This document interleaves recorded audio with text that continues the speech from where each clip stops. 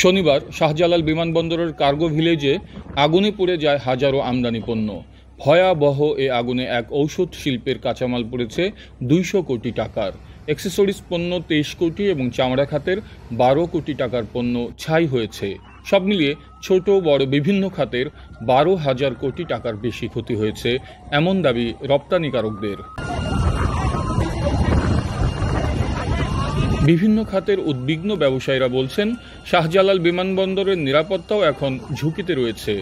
সুরক্ষিত জায়গায় একের পর এক অগ্নিকাণ্ডকে কাকতালীয় ভাবা ঠিক হবে না বলে মনে করে ব্যবসায়ী নেতারা। প্রাথমিকভাবে আমাদের ধারণা সব মিলিয়ে ডাইরেক্ট এবং ইনডাইরেক্ট মিলে প্রায় $1 বিলিয়ন বা 12,000 কোটি টাকার ক্ষতি ইতিমধ্যেই আমরা মুখোমুখি হয়েছে বলে আমরা মনে করছি। এই মুহূর্তে আমাদের যে দাবি, সেই দাবিগুলি হচ্ছে এই ঘটনার পূর্ণাঙ্গ তদন্ত ও ক্ষয়ক্ষতির নিরূপণ শেষে অগ্নিকাণ্ডে ক্ষতিগ্রস্ত পণ্যের বিপরীতে করা বীমার দাবি অতি দ্রুততার সাথে নিষ্পত্তির প্রয়োজনীয় নির্দেশনা আমরা কামনা করছি সরকারের কাছে। আমাদের দেশ থেকে চলে যাচ্ছে, অনেক বাইরে যারা আসার কথা ছিল তারা আসবে কিনা চিন্তা করছে।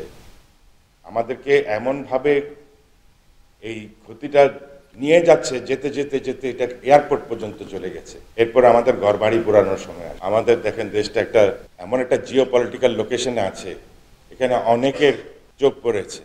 রাজনৈতিক এক ধরনের ষড়যন্ত্র আছে, বহির্বিশ্বে আপনার ভাবমূর্তি নষ্ট হয় সেটা করার জন্য একটা ষড়যন্ত্র আছে। পার্শ্ববর্তী দেশেরও এক ধরনের চিন্তা ভাবনা আছে যাতে তাদের ব্যবসা এগিয়ে নিতে পারে, আমাদের ব্যবসা যাতে আস্তে আস্তে রিডিউস হয়ে যায়, তাই হচ্ছে। এদিকে আগুন লাগার দুদিন পরও সোমবার দিনভর কার্গো গেটের সামনে প্রতীক্ষায় ছিলেন সিএনএফ এজেন্ট ও আমদানিকারকরা। কার্গো ভিলেজের আগুনের ঘটনায় 8 নম্বর গেট বন্ধ থাকায় এদিন 9 নম্বর গেট দিয়ে শুরু হয়েছে আমদানি পণ্যের খালাস। Oliur Rahman Khan, BRS Times.